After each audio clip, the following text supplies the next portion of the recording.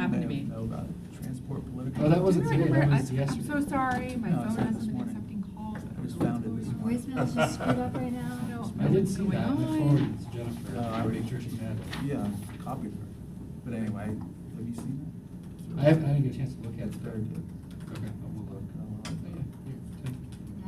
Sophia waiting for She's a legacy. response from me. The list or something. She needed Is to the- send District 5, and she said 3 days later.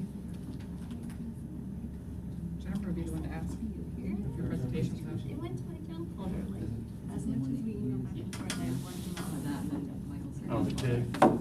And heard them? So when I heard it. Right, she found it. Do you want to do the same thing? Out of the blue when you're talking. Some Punishment for not answering your email? I know I have other I punishments. do like the Uh-oh. Why? focused on Sure. other. I haven't really. Which if Michael introduces you, you'll have a long instruction, say everything's in your best. And the other. How you doing? Good, how are you? Good, thank you. Yes, can I Would you like actually to- get that? Yes. Then I'll get up there and be like. I have flagged that red text highlighted and He's very thorough. That's what we'll say, he's very thorough. Yes, oh, absolutely. Totally thorough. Otherwise, you could Polished. just keep your. Polished and put it. Maybe I'll leave that.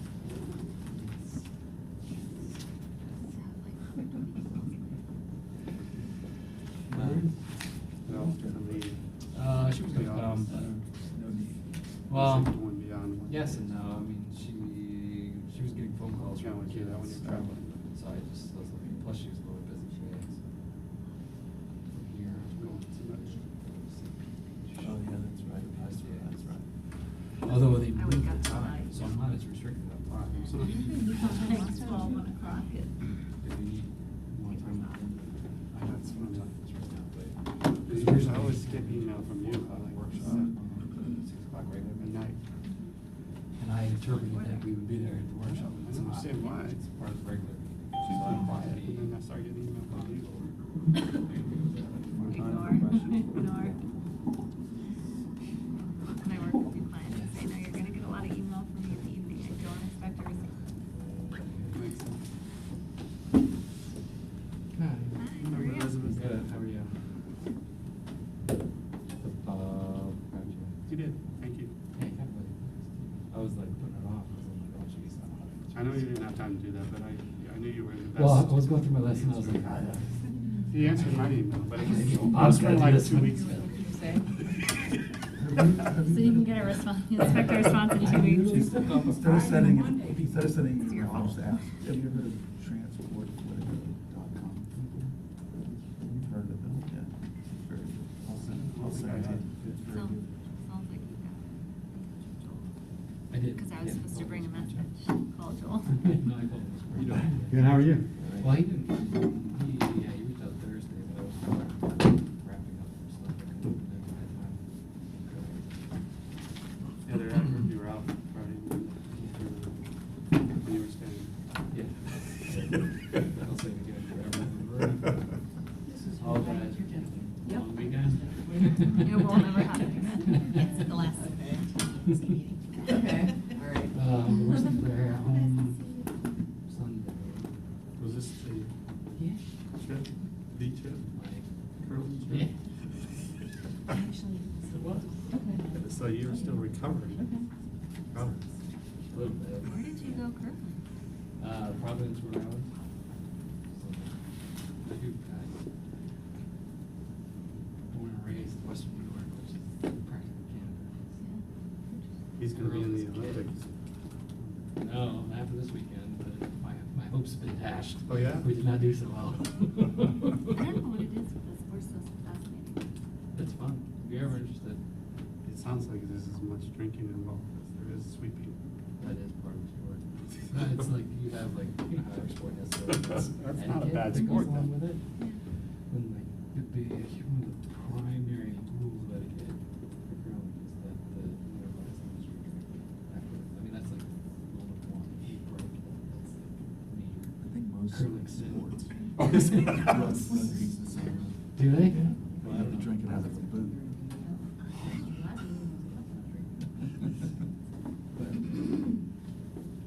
So it was a good time though? It was good, and then I came home and those storms were down. Yeah. The power surge. Sunday. Blew our AC. It's like you walk in the house, it's like inside. Nothing that is on the house can happen.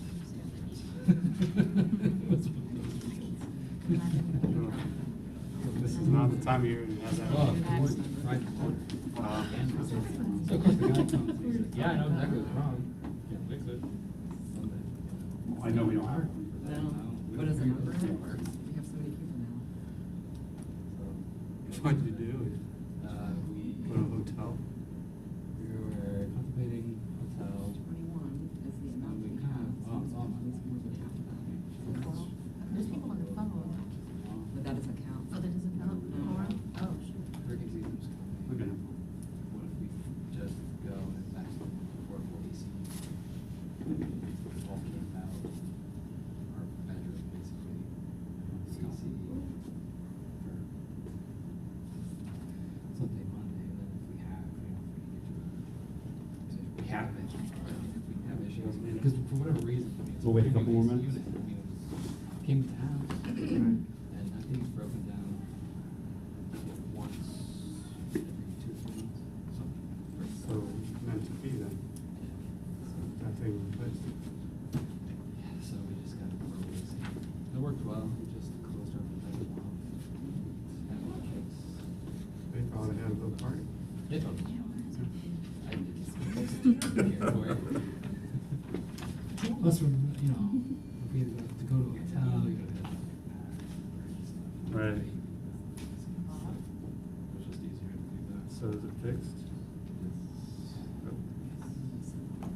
Like I said, nothing that I plan to accomplish this week happened.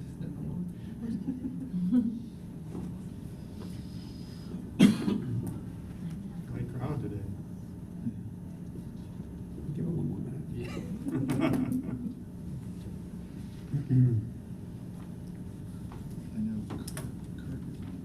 But the presenters are here, that's what counts. Oh, yeah.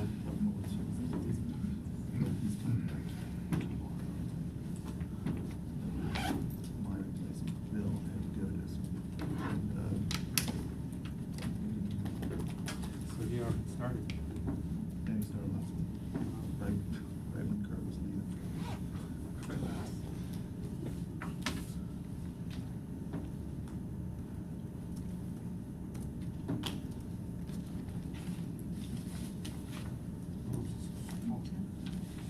She called it.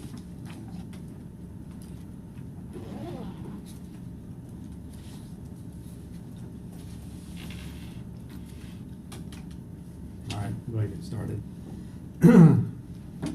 Good afternoon.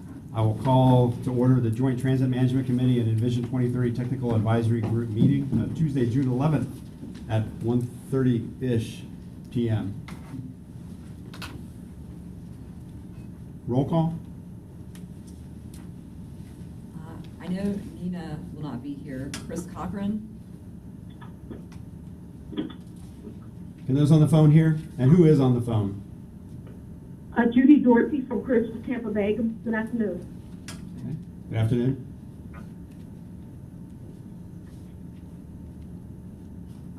Michael Case, TBARTA. Whit Blanton? I'm here. Don Shepard? Kenneth Russ? Ming Gao?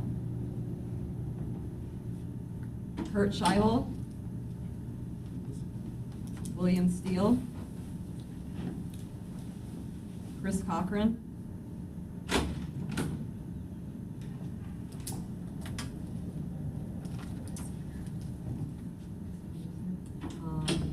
Lon Fry? Michelle Peranto?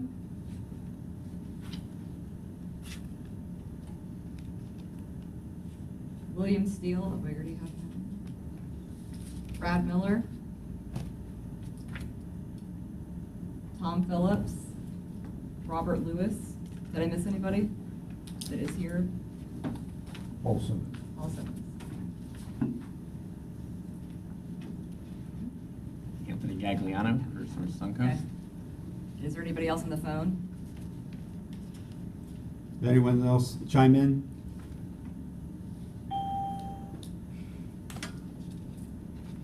Don Shepard, Career Source, Pinellas.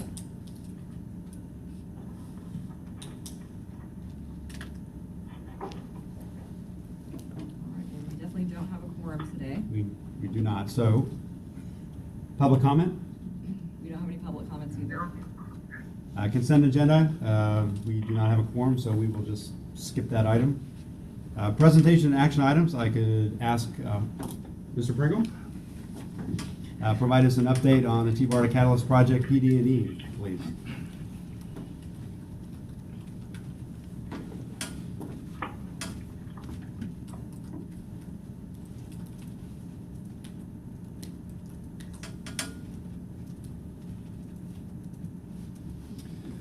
Good afternoon, everybody. Scott Pringle with WSP. I'm the consultant project manager for the TBARTA I-275 BRT PD&E. Really just want to bring to your attention the fact that we're getting started on the project, and we thank all of you for selecting WSP to do the work on this really important regional project. And I'm going to kind of walk you through where we are in the process as a whole. There's been a lot of planning done, especially in this arena where we're talking about regional transit. TBARTA has been a big part of that for the last decade plus. And of course, we have well over 30 years of planning efforts in this region looking at regional transit. However, starting about 2.5 years ago, we did initiate the feasibility plan or feasibility study, which was the Regional Transit Feasibility Plan. That just wrapped up in November of last year, where we brought a recommendation to TBARTA, to the board for approval. And we're taking that next step, which is taking that concept coming out of the feasibility plan and bringing it into project development environment, or PD&E. This is where we get to do the fun stuff. We get to start actually doing some design, looking at the environmental compliance and the NEPA as we move the project towards implementation, which is that final design, construction, and operation. So I'm the project manager for this effort. I was also the project manager for the feasibility plan, so I have a really strong understanding of the concept itself, and certainly all the conversations around the corridor. But I think the thing that I'm most excited about for the PD&E is that I've been able to leverage an amazing national skill set, and we've got both WSP and AECOM on the team, two firms that are well known nationally, if not internationally, for bus rapid transit design. My deputy project manager, Jack Gonzalez, you guys will get a chance to meet him. He is actually WSP's BRT design lead for the USA. He's got a lot of great experience to bring to the table. So we've got this amazing set of national experts, and I think that's going to really be a turning point in moving this project towards implementation, because we're going to bring and leverage all that experience to the corridor, to the concept as we move it forward. Some of the other experts I mentioned, WSP and Jack Gonzalez, he's actually my deputy project manager. But everything from funding and government organization, we've got Jeff Booth, Jarrett Walker, Dennis Heimboff locally from Qatar. He runs the National BRT Institute. Donald Uradovac is actually, he was the project manager for Cleveland RTA for the Healthline. So he's the client-side project manager for Healthline. He's going to be heavily involved as well, all the way rounding out with operations, and Tim Crobons. Tim does operations on projects all across the country. These are just some of our task leaders internally, but it also, I think it gives you a better understanding of, again, that level of resource expertise that we're bringing to the table, not just those national BRT experts, but we've got folks who are experts, architects, LEED certified, working on stations. We've got folks that are coming in that specialize in transit-oriented development only, complete streets. Obviously, NEPA is going to be a big part of that, and AECOM is going to be helping us in that regard. Funding and financing, trying to figure out how we actually get this project implemented, will be a big part of the conversation. And we actually, from InfraStrategies, working with Jeff Booth, Sharon Green, Sharon Green is and Jeff, I see you shaking your head. She's a widely recognized name in the world of transit financing. And again, Sean Liberton, he's from WSP as well, but he was a former FTA capital investment grant director, so he understands the FTA side of things very well. And even including Dave Schmidt, who's going to help us with the STOPS model, having helped FTA actually create the model and test the model in it before it's a delivery or request of use. So coming out of that regional transit feasibility plan, there was a couple of key questions. So the feasibility plan was designed to identify a corridor, identify a mode, and bring to light some of the key community questions that need to be answered during design. These are those questions. And really, they kind of break down into three major pots. The first being, what does this project actually look like? Is it running in the shoulders? Is it running in the median? Is it dedicated? If it's in a dedicated lane, where are the dedicated lanes? How much of the 41 miles is dedicated? So you can see some of those questions there. Outside, inside lane, dedicated lanes. That's more of that sort of a configuration, lane configuration for the project. The second major topic is the stations.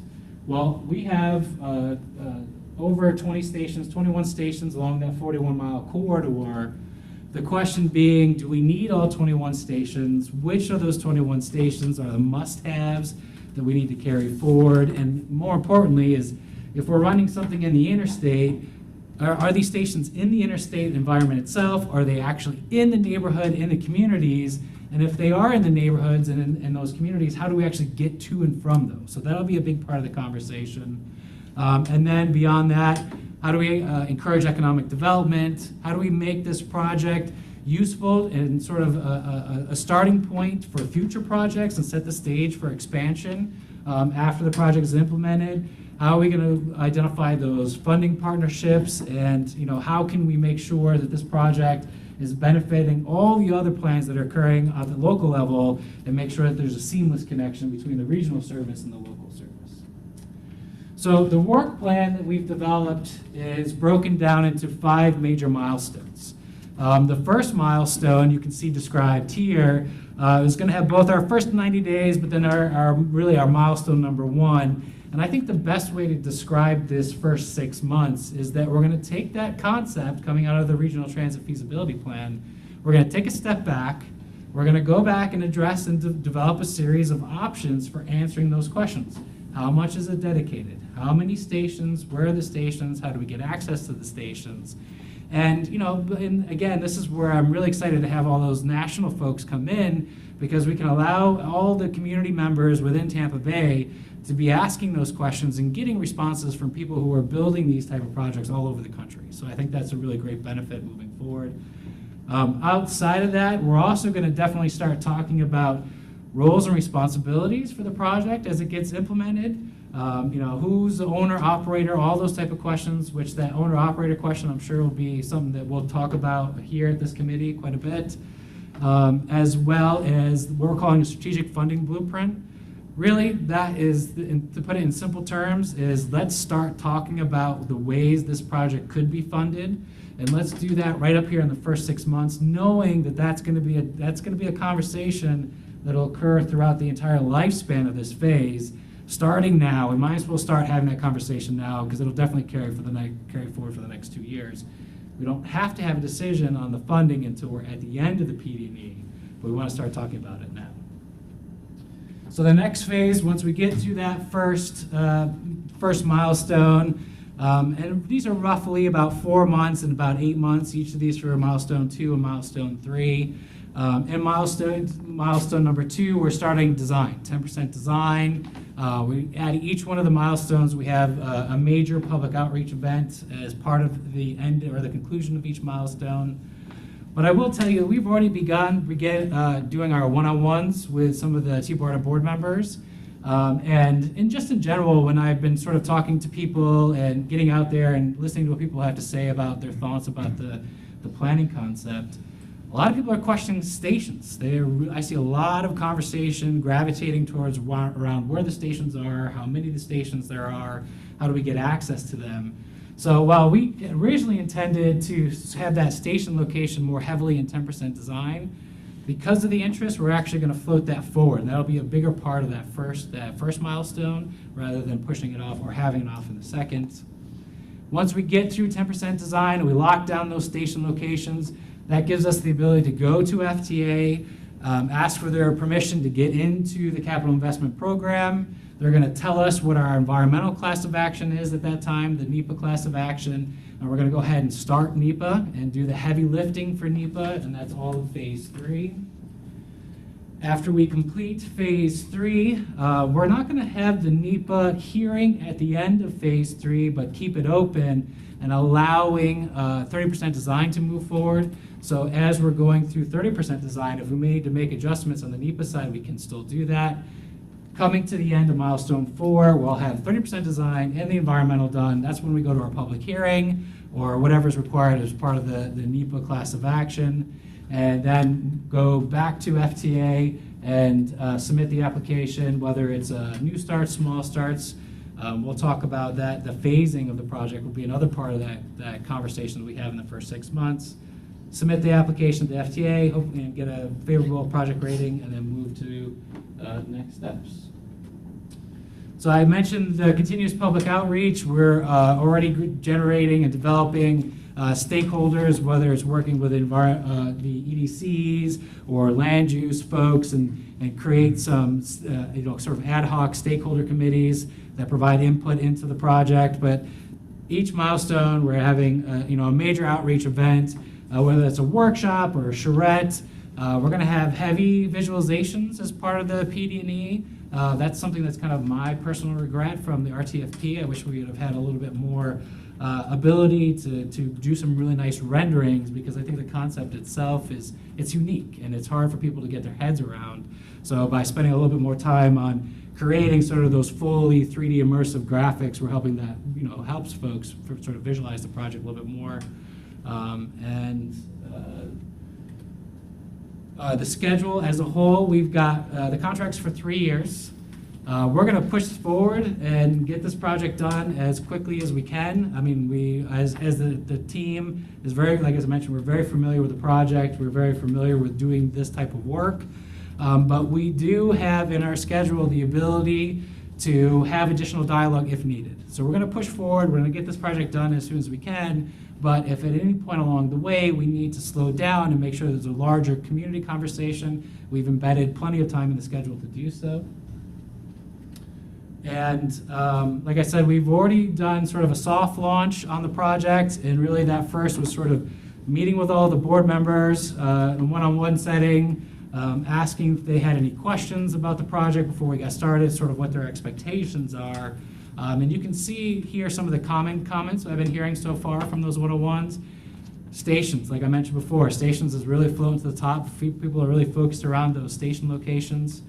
Technology, what type of bus rapid transit technology are we looking at? The funding I mentioned, and the connection to the local, making sure there's seamless connections between all the other projects that are going on in the region. So those are sort of the top 4 comments we're getting out of the 101s. This week tomorrow we're meeting with the new Tampa Mayor, Mayor Castor, and we're meeting with, that's tomorrow, and we're meeting with Mayor Kreisman on Thursday, and continuing this dialogue, just sort of, again, letting people know we're getting started on the project and asking up front what their thoughts or questions are before we start getting into the meat of the effort.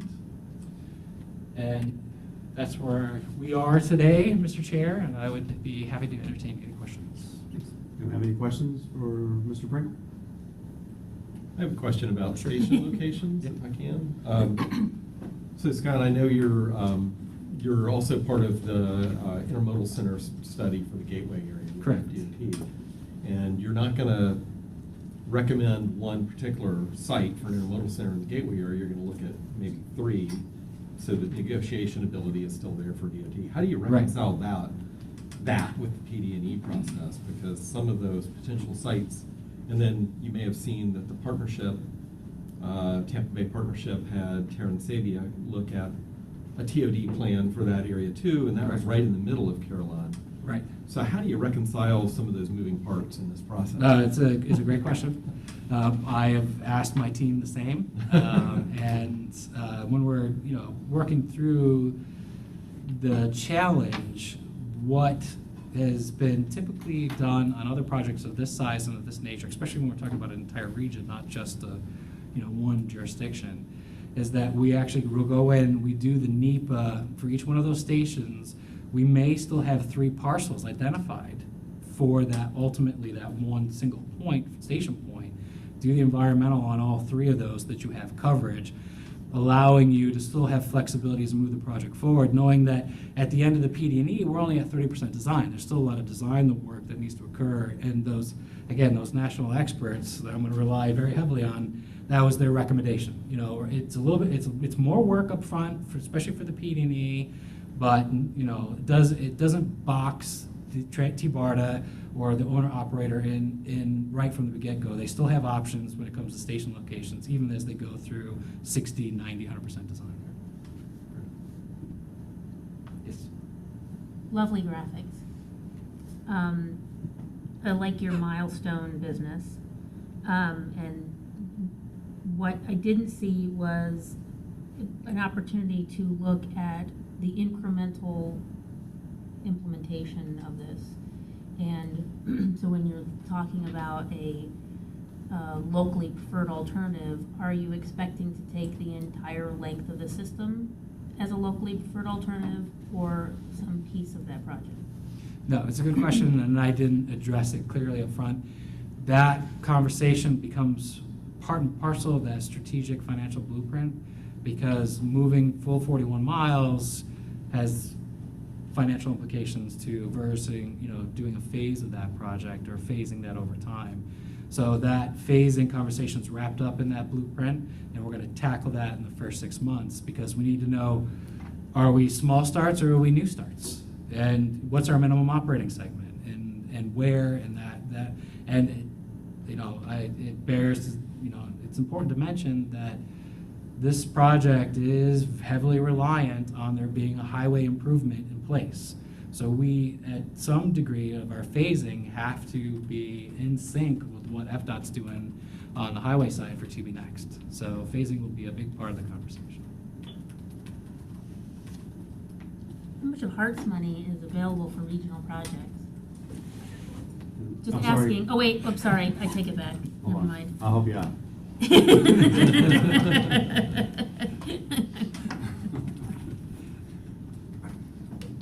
What do you need from TMC during this process? I think we would like to come, at the bare minimum, come to you at the major milestones and get your feedback. Obviously, with the TMC representing, all the regions, transit providers, when we're talking about coming up with a proof of concept for operations, all those things, we definitely want the transit agencies involved.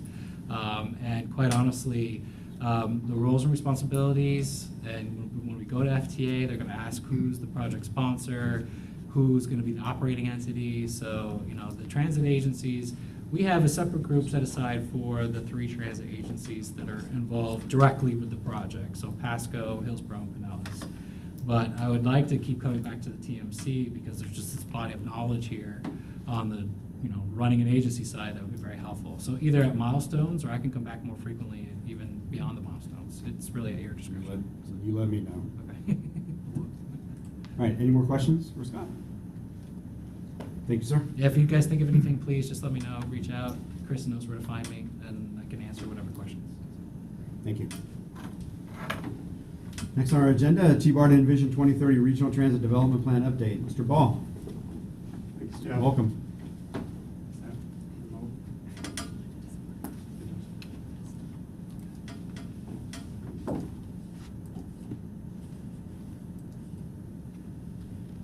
Okay, thanks everyone. I was here the last time you all met, gave you an introduction to the Envision 2030 Regional Transit Development Plan. Back to give you an update, and what we want to cover today is indicated on this slide. Mostly we're going to focus on some highlights of the baseline conditions that we're finalizing as we speak. Talk a little bit about the outreach that we've been going through and what we've been learning from that outreach. Some early results of the survey that we've been conducting. And then also, I'll focus on the peer regional agency selection process that we're going through. I'll mention that TMC ended up being the technical advisory group for this project. All of you in this room are part of that technical advisory group. I did want to add that since the last time we met with this group, we did add a representative of the MPO staff directors, which is Whit Blanton. Thank you for joining us, Whit. So that added a 12th member to the committee in terms of agencies represented. This particular slide shows in the map on the left, the existing local transit services that are currently operated by the 5 transit operators in the region. So we wanted to give a good flavor of that, and then we're going to narrow that down in a later map that's in your packets, I believe, to show which one of those are deemed to be regional in nature today. Bill, before you go on that, the Cross Bay routes are coded blue there. They probably ought to be coded orange. I gotcha. Make that, if you would, Liz, make a note of that. Gotcha. In terms of the population projections that are coinciding with the MPO's long-range transportation plans, you can see that the regional population is increasing from about 3.2 to a projected 4.6 million. That's well over 40% increase that's anticipated over that time period. If you look back historically, back to 2000, that increase in population has been about 30% for this region. You can see 4 of the 5 counties were in the 40 or 50% growth range for population. Yes, I mean, Pinellas is a little more built out, so their growth has been significantly lower at 5%. We did want to talk about age, and again, I'm just highlighting some of the key themes that come from the baseline conditions. You received the technical report in your packets as well. Welcome any comments or feedback as you review the more details as well. But in terms of age, we looked at the projection in the age distribution over the time up to 2045. One couple things that we want to point out. First of all, the elderly group, the blue and black parts of the bar at the top, that's the elderly population, the older adult population, and currently that's about 20% of the population, projected to increase to 25% by 2045. So an aging population, that's a big part of what we're looking at as part of this project. Also point out that the millennial population is a key part of understanding the transportation preferences in the community. About 25% of that existing population makes up the millennial population. So we need to look at that closely as well. Did look at commuting travel time as well. First of all, I'll point out that we still have the issue of 80% of our commuters driving alone, with only about 1 to 2% of commuters using transit today. That's been a consistent trend over the years and something that we'll continue to tackle in the future. What we did want to look at is this particular bar chart shows the distribution of travel times by those who take transit, which is in the orange, and those who drive alone, which is in blue. So there's a very different distribution in the length of the travel time for commuting based on which of those you choose. For example, 37% of drive-alone commuters have a commute time that's less than 20 minutes. And you can see that's significantly lower for transit commuters at 17%. Likewise, if you look at the longer commute times, more than 60 minutes, that you see a majority of the transit commuters have the travel time in that category, much longer commutes. Now that's 2 reasons. One is it takes that long in the service we have today, it takes longer to get there. And also there's a more tendency, more likelihood of using transit for longer trips as well. Okay, worker flows. One of the key things that we're looking at as part of the regional TDP is that well over 200,000 commuters leave the counties in which they live to go to work. So for example, if you look at Pasco, the largest one there, 82,000 commuters leave Pasco County to go to work in other counties within this 5-county region. And then the other numbers are shown here as well. So even though it's a smaller percentage in Hillsborough, it still accumulates to about 52,000 commuters that leave Hillsborough County to go to other counties within the region. And this is just focused on those that leave their home county and go to counties within this 5-county region.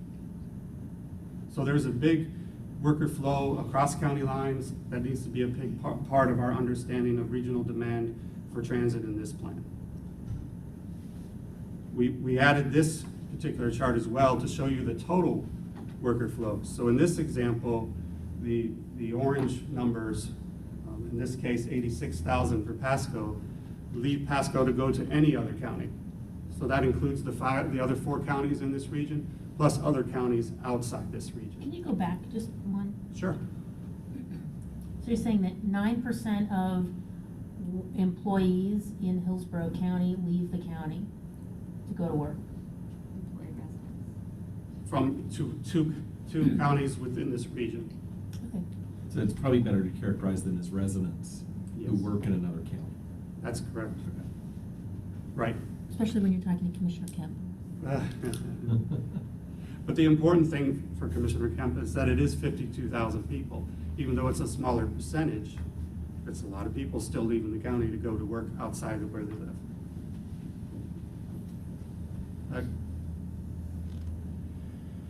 So we did want to emphasize in this one, there are people going to other counties outside the region as well. That's particularly true for Manatee.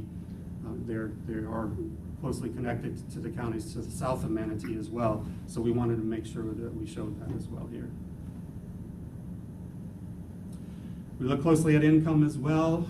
If you look at the trend since 2000, the persons below poverty level has increased by over 30% in that time period. Pretty significant when you think about 30% increase in 18, 19 years. So anyway, we wanted to look at income. It's certainly an indicator for who's using transit that we offer today. And so this table shows in the middle column there, the proportion of transit riders that ride transit today compared to the final column, which shows the proportion of the overall population that's lower income. So you can see that we're attracting those that need it most today with the service that we're able to provide today. So our challenge will be, can we provide better services to two things, meet the needs better for those who use it today, but also attract those that aren't willing to choose what we offer today. A similar relationship exists with the minority and limited English proficiency population. You can see that that's a very significant percent of the riders that use transit today compared to the proportion of the population in general. This is the map I was talking about earlier in terms of regional transit services. What we are starting with is there are some regional services that are out there today. They either cross county lines providing connections, or they connect regional activity centers. And we're showing them on this map. The one thing that we're not showing yet, and that we'll be showing in future analysis, is what the level of service is on these particular network of routes. Some of these can be used for a viable commuting alternative, for example. Some are not at a level that would allow that to occur. So not only will we look at the network, but the level of service that's provided on that network. And this is just to zoom in on different parts of the region for that same map of regional transit services. What I'd like to is have Elizabeth Shook, also with Tyndall Oliver, to come up and talk about the outreach that we've done so far. Can everyone hear me? Very soft spoken. So if you can't hear me, let me know on the phone. So since your first meeting in March, the project team and TBARTA staff have been hard at work implementing a lot of the activities that we identified in the project public involvement plan.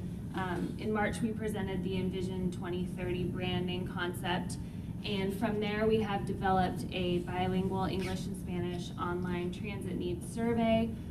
We have developed an informational flyer that is also bilingual that helps direct people to the project website, provides a high-level information about the project and lets them know how they can become involved over time. TBARTA has put together a great Envision 2030 webpage that has all the information that we've developed to date, and we'll have future documentation and all sorts of information as we move through the project. There is a comment and question form that we have gotten quite a number of responses and comments submitted through that, which I'll talk about in a minute, and also the survey links.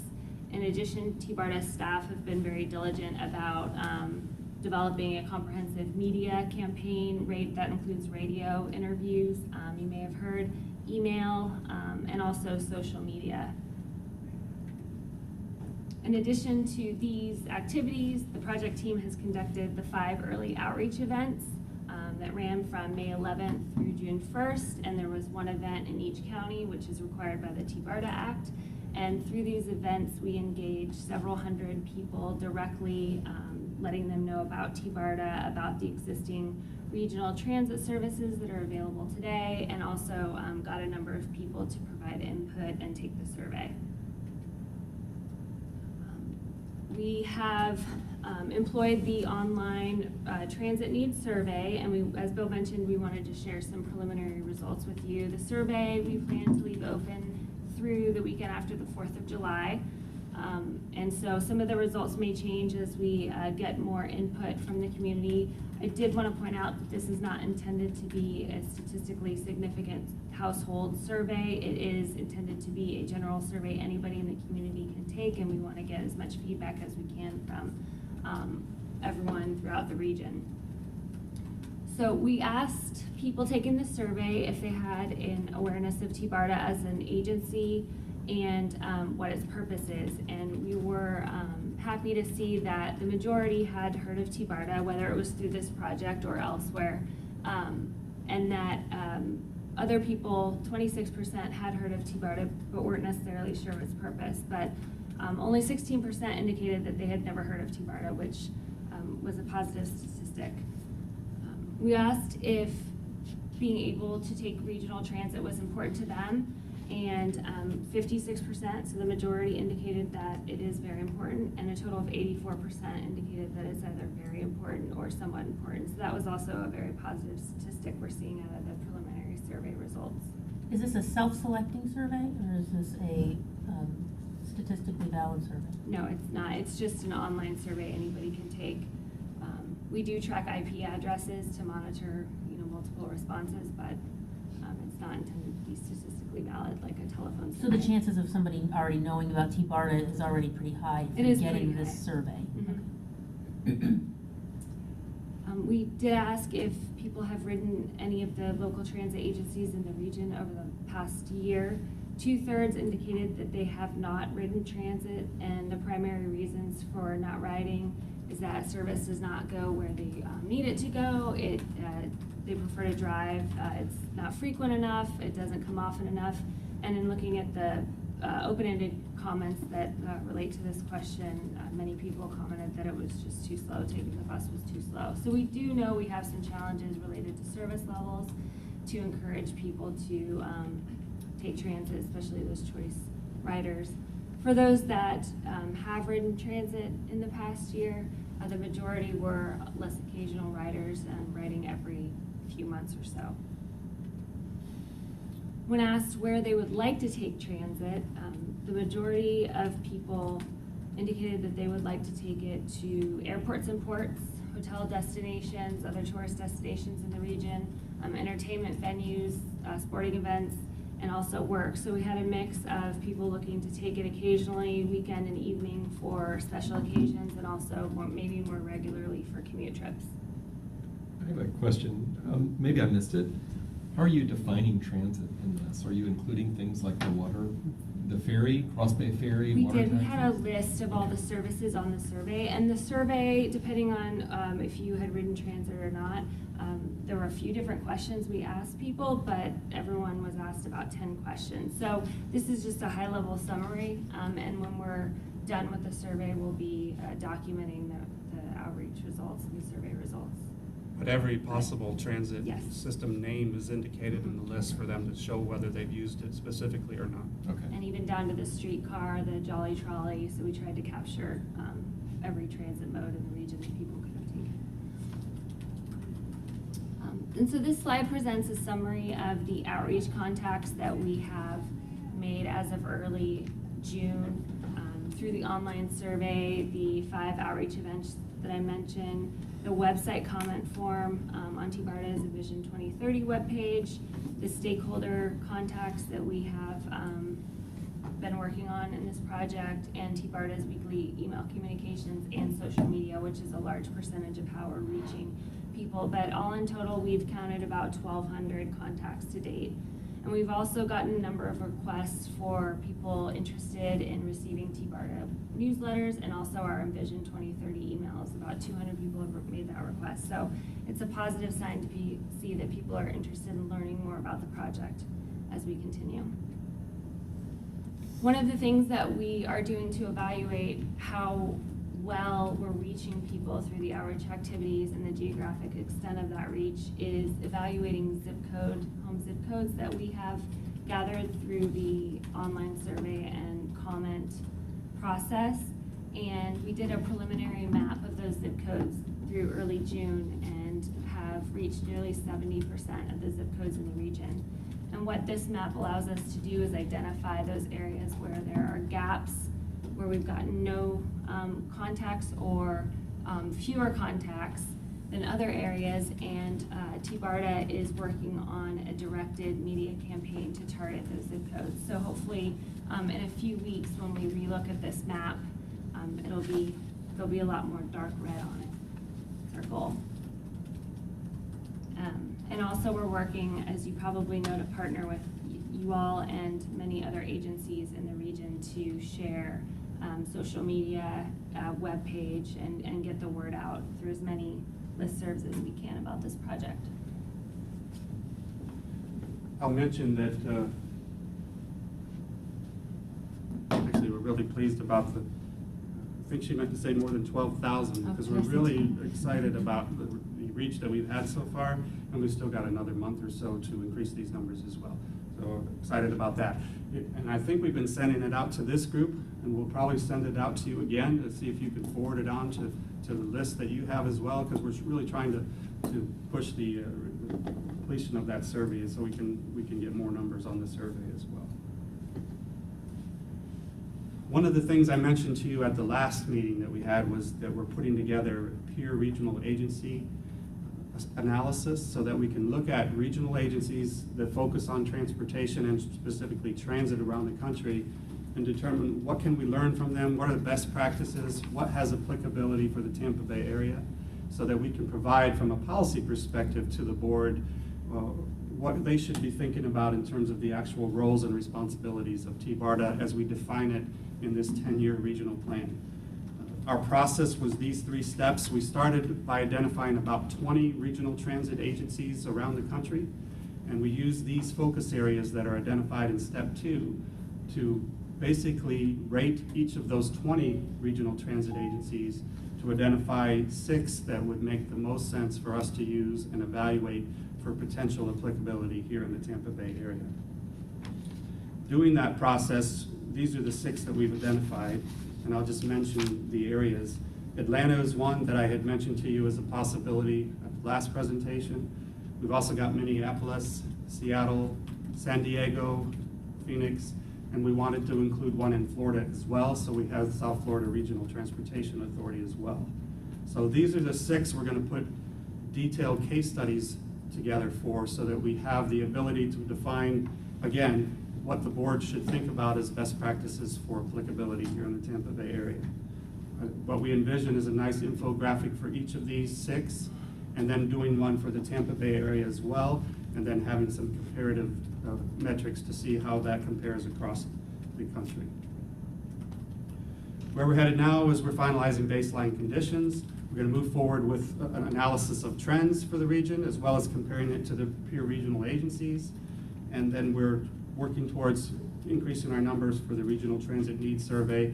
This says online until July 1. We talked about this yesterday and thought we would leave it open another week or so into July following the 4th of July weekend. So we're changing that. So that will be available for the next month, basically, at a minimum. It could be even extended further if we decide we want to push it further. We are working on baseline ridership forecasts for the region and validating it against existing ridership, so we're ready to evaluate alternatives, because that's our next step, basically, is we have what we have today. We're identifying alternatives based on the regional transit feasibility plan, as well as the local transit development plans, to identify what alternatives we should be looking at, and then putting together the plan for implementation of that, including the financial aspects of that. We've been through a number of presentations through forums throughout the region. We will continue to do that to get the word out about what we're working on. And then we look forward to coming back when we have more substantive results to share with this group. But in the meantime, we would take your comments and questions today, and look forward to continuing to work with the group. Any questions for Mr. Ball? If you could resend the link, we'd be happy to get that out and distribute it to our folks as well, and put it out on our social media. Okay, and I think Cindy has already drafted some social Yeah, media. Frank's on it. Some social media tweets that you could just cut and paste into yours Great. if you were willing to do that. Great, thank you. Okay, thank you. Thank you. Okay. Next item, transit safety and security. Jeff Seward, Hart. I wanted to give you just a quick update on what Hart is doing along with collaboration with other transit agencies, particularly PSTA, in light of the tragedy that occurred a few weeks ago. A couple of things that we're working on right now. We're reviewing the utility of the shields. The majority of you have probably seen those. PSTA is moving forward. We are currently evaluating and should have a decision within the next probably 48 hours on where we're moving as far as the procurement of those shields and installation. We're working with our employees to ensure that it meets not only the safety needs, but safety issues while they're driving the buses as well. So we've taken a very serious approach to this and looking at every way possible to ensure our drivers are in a safe environment.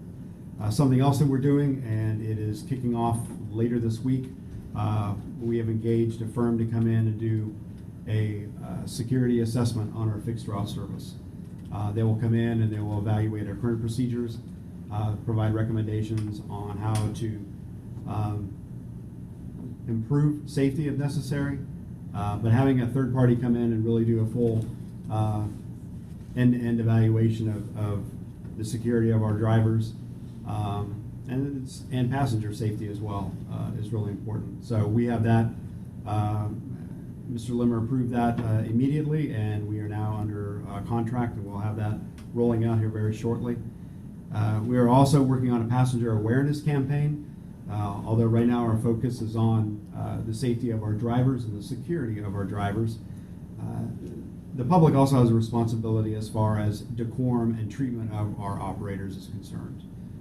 There are some successful campaigns around the country of educating those that ride the bus that there's a behavior that's expected after a purchase of a ticket or a fare meeting. There's a contract between that rider and the agency, and there is a level of respectability that is associated with it as well. So we're going to initiate a passenger awareness campaign to sort of reiterate that bond that we should have with the public. We're also doing sponsoring a statewide transit security and safety summit. We're opening it up to all agencies across the state of Florida. We are looking at in the July timeframe. Yep. More information will be forthcoming on that. I know we just secured a venue, so we will be getting that out to all the transit agencies and all the transportation related organizations in the state to come here in Tampa, and we can focus on what the current issues are in the industry, what our industry peers are working on and have found as solutions to not only ensuring the safety of our employees and our operators, but of the public as well. So I'll be providing more information out through TMC network once we solidify the dates, speakers, and so on. And I encourage you to attend or pass that information on. I think it's going to be a really good opportunity to talk about issues that are obviously front page news at the moment, not just here but across the country on these issues with transit and security. Does anybody have any questions about what we're doing? You said you secured a venue? I'm sorry? You secured a venue to be held in Tampa? We did, and for the life of me, I can't remember where. The Center Club? Okay. Center Club, West Shore. Yes. So you don't have a date? I do not have a date. Okay. And there actually may be a little wavering on the venue too. It's the last week of July, the 29th rings a bell, but we're locking that down. Okay. Need to confirm a couple things. And we'll get it out. I'll get it out to all of you for sure. All right. Committee member updates. Does anybody have any updates? Can we get it? You have an update on the St Pete Vrt? So much to say about the Central Avenue BRT project. Was there a presentation today? There will be a presentation tonight at the Oh, city of tonight. St. Pete Beach. We're excited to finally be able to give our presentation. We will be given 15 minutes to talk about the project, dispel the misinformation that is out there about the project, as well as get some clarity from the city commission about what their intent is on public transportation in the city of St. Pete Beach. Along with that, we've been working with Pinellas County on moving our end-of-the-line station from, previously it was planned for the Don Cesar, but we've since reevaluated that based on our conversations with the city. We're looking at the county beach access, which is about 15 blocks north of the Don Cesar. So the county has been very accommodating in looking at that as an option for an end-of-line station and a turnaround for the operations. In addition to that, by the end of the week, we should also have an interlocal agreement with the city of St. Petersburg. So on Thursday night, Thursday late afternoon, early evening, the city of St. Petersburg will take up the interlocal agreement in order to give us $4 million for the project. So we're also very excited about that and their partnership and their continued support of the project. Right. I know, it's It fun. was all good news. As my CFO likes to say, it's OPM day, other people's money. Okay, this CFO will never say that. But I totally get it. Thank you. Any other transit agencies on the phone to give an update or would like to give an update? Okay. I can give a quick update. Pinellas, we're having a transportation funding workshop with the Board of County Commissioners on July 18th. And there are really three themes that they're looking at. One is traffic flow, safety, and transit. And I think the board is committed to investing in all three, figuring out how best to do that. It's great to have that conversation. We haven't really had that sort of equal conversation of all three of those items. And so there's some discussion will be around a gas tax, why do they go out for a referendum, other funding sources, but I think there's a pretty strong commitment, and they're looking well beyond what our sales tax penny can do for capital, but for operating. So stay tuned for that, and we're looking forward to a really productive discussion. Great. All right, thank you. Anyone else? I just had a question on, could you update us on the funds for the referendum and where you're at on that with the, I can update you on that topic. So we are we're in the process of developing our FY20 budget. We were presenting actually Monday at committee and at the July board to talk to the board about the sales tax revenue itself. We haven't really had that discussion, only at a very high level, no details of actually the total capacity over 30 years or how we plan on budgeting it for next year. So we're working on that right now. We're in the process of developing our program of projects that will be provided to the Independent Oversight Committee once they meet. That's a requirement of the charter by September. So we're working on that. We're working on a comprehensive operations analysis, like a COA, to start planning for 30 years of what that expansion looks like for both fixed route as well as our fixed guideway opportunities, whether that be light rail, whatever that solution is. We are still awaiting the outcome of the litigation. There was a hearing on May 31st, and we understand that it could be a couple of weeks before the judge renders a decision. We are anticipating that there will be some type of appeal process on either side, but we're moving forward with the planning. The available funds cannot be spent pursuant to the charter prior to January 1st. So we'll be ready in the FY20 budget to come out of the gate looking at enhancing service next year. We're looking at advancing the first 5 years of our current transit development plan into 2020. So that adds about 1.1 million miles into service for next year. No new routes, but it will be an enhancement of current routes. We're looking at different types of mobility solutions in the West Shore, downtown Tampa corridors, as well as up in the USF Innovation District. So there's a lot of things that we're planning and moving forward with the anticipation of the funds being available. I just pulled out the slides because I'm working on them for Monday. But it's looking like for the 2020 budget, we will have, you might want to close your ears, we will have $220.8 million available from sales tax revenue. That's a whole year of 19's collections and anticipated 2020 collections. And I never thought I would say those numbers altogether available.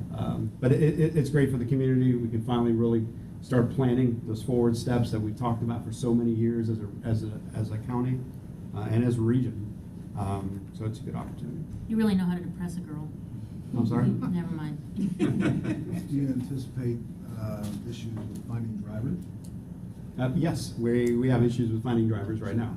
However, we are in the process of our collective bargaining with our drivers union, and we are hoping to be much more competitive when it comes to wages, along with competitive with Pinellas as well.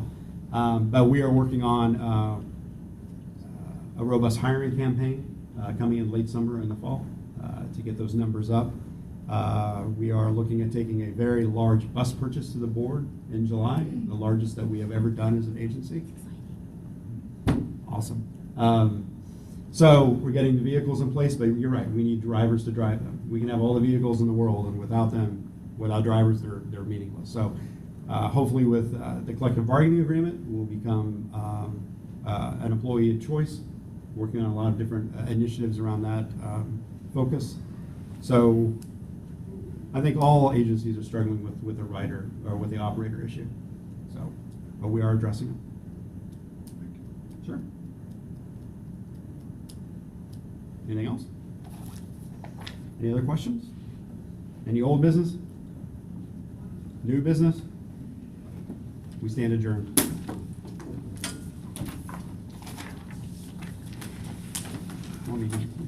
No, I don't want to see that. Actually, I do want to see it. I've never seen you smile so much. I'm smiling for all sorts of reasons. I'm smiling because of the man behind me. Our fans is saying.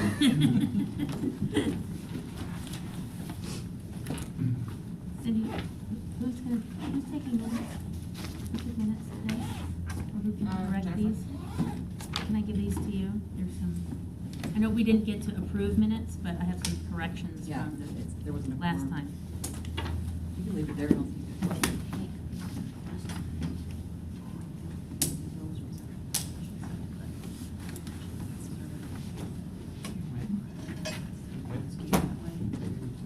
Sure.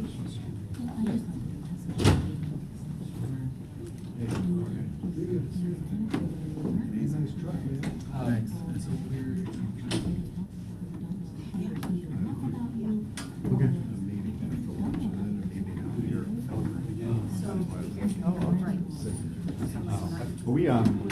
We already met on the phone. With the, What is this, like 6 days in a row? Yeah, you can start talking. Oh, you already. we did it.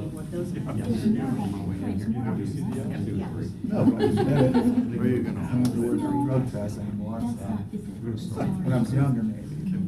Stuff's all out of my system by now. As part of Cleaned out the talking pipes. about the table, we'll do 3, but you need to add this and wrap it up to get it to the. I gotta get my cataracts done. I do have to, hopefully I have good vision. But the, Need that for all of them. Yeah. So, I didn't each other this week again. No. Actually, it's me and Scott, we have to do the one-on-one with. One of our executive team. The first question was, you know what TBARTA is? Oh, well, it's better than I know. Yeah, you've been short. Decision. But I would put those two together and like, yeah, I've heard of them, but I don't know anything about them. Yeah. And the, no, I've never heard of them, sort of together and say, you know.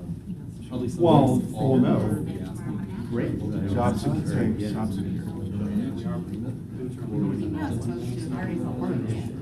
No, there's more. Okay, it was, yeah, I don't know, I mean, it just looks like no. Yeah, I guess you could express route incorrectly. That's the route. Yeah, it's the route 300 and No, because why would you know that? If you wouldn't know. 200. So, I wouldn't necessarily. Like, you know, one thing I would blame you on, like, Wasn't that always? They just decided to do it all. Oh, yeah. and that's okay. That's okay. Who was it? Morgan. Is that? They have a writing cover. Slide. Yeah. That's way. That's why we have a writing. I was like, I'm gonna take that as an We're actually reaching out beyond. It's got lots of good information. And people who already know, right? Right.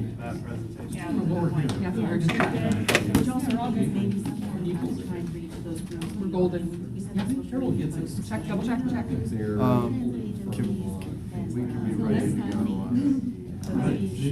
I know we can try and figure out how to get to other groups, like professionals and environmental groups and. Yeah, like.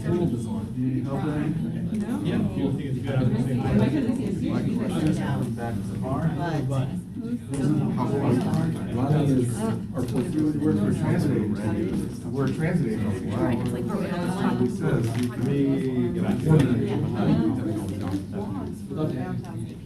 so here's what I'd like to do.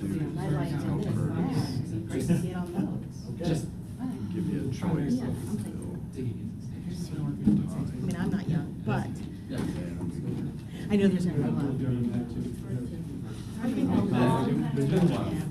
All right, cool.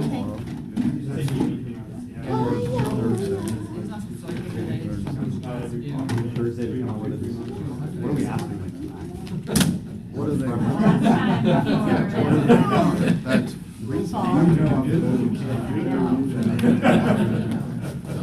Well, they have to. What they're coming up. Still be positive. Talk to Ruthie and then go to first. All right. Oh, you're in cruise control. I need to go back. Yeah. Where's Jack? How are you? Are you suffering in the area? Sure. Yeah. Very good. What do you think? That was great. You want to get my card, get over where you are, and so David's a great guy, so. We're gonna go to break. Well, good to see you. No problem. You know, and I've been in the area for a while, but transit's all new to me, so it's a network you gotta learn. Supposed to go to Great. Pushed out. I'm really thinking. I'm out. So I knew a bunch of. What's their people tip? said it, but it was just like- Yeah, but it's the, Yeah, so I sent out the 275. Oh, no. the transit folks. So Ben, are you gonna And come then more I often, or think, are you? Bill was gonna meet with Chelsea. Just come to check it out. I'll make sure Hillary. I was in between meetings. Actually, the county is. Now he knows what all the fun's all about, right? That's great. Yeah, they've been posting like crazy. Let's talk about Well, and I sent it to Courtney King, the administrative director of the city of Dunedin, and asked her if that means we're short in North County. We're ready. Part of board meeting. And they were like all in for trans. Okay, I think that's all. Yeah. Our really set up for them, that they bring workers in from other counties. Well, I think I have like old. I was thinking, we've identified, yes, exactly those sports. Yeah, we're talking them. They like that we should. Exactly. It's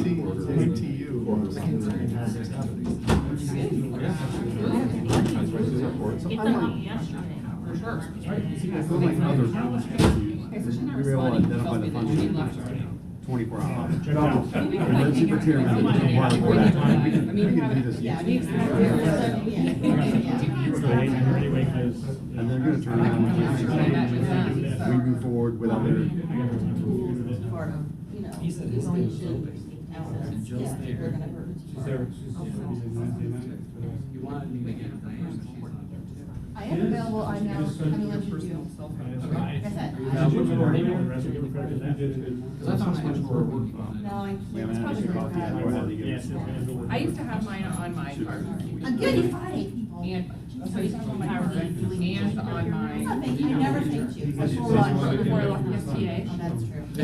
I had something in the morning to get away from you. I need something in the afternoon. Sent created an article in their online newsletter and said, if you have one or two things about it, here's the phone number to call. I left this And it was my cell phone number. So started now. Are you And gonna- I asked them about, like, you put your cell phone numbers on stuff. Yes, John, talk to Al and see what they're doing. Because I mean, I'm kind of looking. They should talk If today. you want to give it to somebody, give it to somebody specifically, don't just Well, my like blanket blanket it is out there, there. kids up. So did mine. Did you get calls from that? I just got a couple people that called as a result of this article they saw. The first one, I'm like, "Ooh, how did you, we're gonna have this number, because I mean, it wasn't secret, it wasn't on my signature and on my card. But, like, how did my phone number get connected to this? And. So you're going? Well, I not going? I said, "Excuse me, and you did not call. That's my ex, that's Because I would have responded, so we're happy to have people give comments. My personal cell phone is not the number to do it on. I was for Will last time, Whitney or Will be this time? Whitney. My son, 13-year-old. Brad, is Oh, doing- he's got, he's so many girlfriends. Such a player. But anyway, this goes for